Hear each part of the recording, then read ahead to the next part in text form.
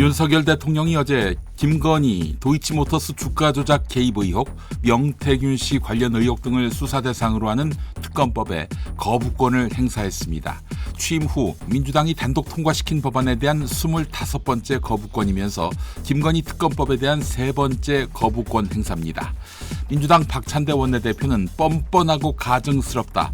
역대 대통령 가운데 본인과 가족을 대상으로 한 특검이나 검찰 수사를 거부한 사람은 윤석열 대통령이 유일하다라며 이승만을 그리 칭송하더니 결국 이승만의 비참한 전철을 밟을 예정인가라고 목소리를 높였습니다.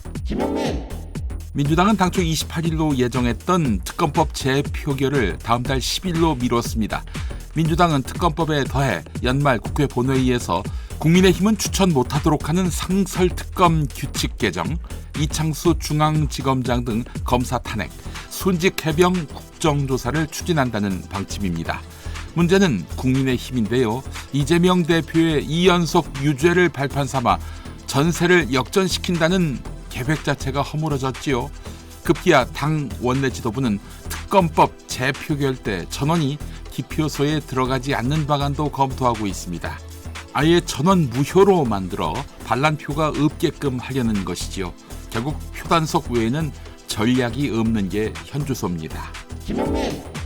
한동훈 국민의힘 대표의 가족 스캔들 대처법이 윤석열 대통령을 꼭 닮았다는 지적이 나옵니다. 자신의 가족 연루 의혹이 커진 국민의힘 당원 게시판 논란에 대해 위법이 없으니 더 문제 삼지 말라는 식으로 상황을 모면하려는 모습이 대표적입니다.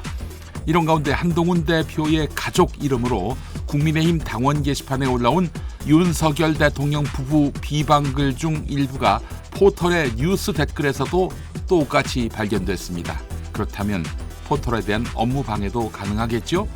같은 제목의 글을 작성자 이름만 바꿔서 여러 번 올린 사례도 있었는데 한동훈만이 보수의 희망인 듯 이런 제목의 글이 한동훈 장모 이름으로 게시됐습니다.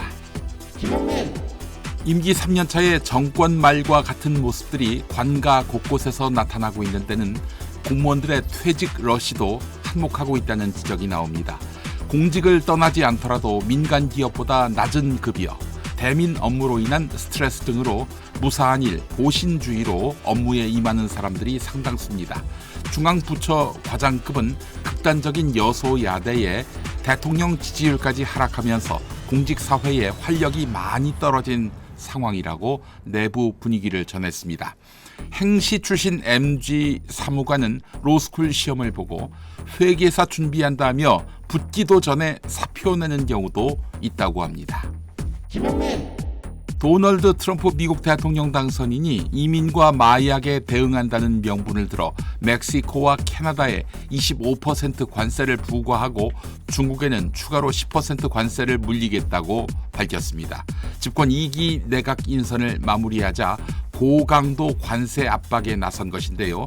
특히 동맹국이자 미국과 자유무역협정 FTA를 맺고 있는 멕시코와 캐나다도 관세 폭탄의 대상이 되면서 한미 FTA를 체결한 한국에도 파고가 닥칠 수 있다는 우려가 나옵니다. 한국을 머니머신으로 보는 트럼프 아닙니까? 도널드 트럼프 미국 대통령 당선인이 내년 1월 20일 취임 전 자신을 둘러싼 사법 리스크를 대부분 벗어나게 됐습니다. 헌법상 행정수반 및 군 통수권자인 현직 대통령 기소는 대통령의 책임, 권한에 대한 과도한 간섭으로 간주하는 미국 법무부 내부 원칙에 따라 잭 스미스 연방 특별검사가 트럼프에 대한 기소를 취소해달라고 법원에 요청했습니다. 미국 법무부도 이 요청을 즉각 받아들였습니다.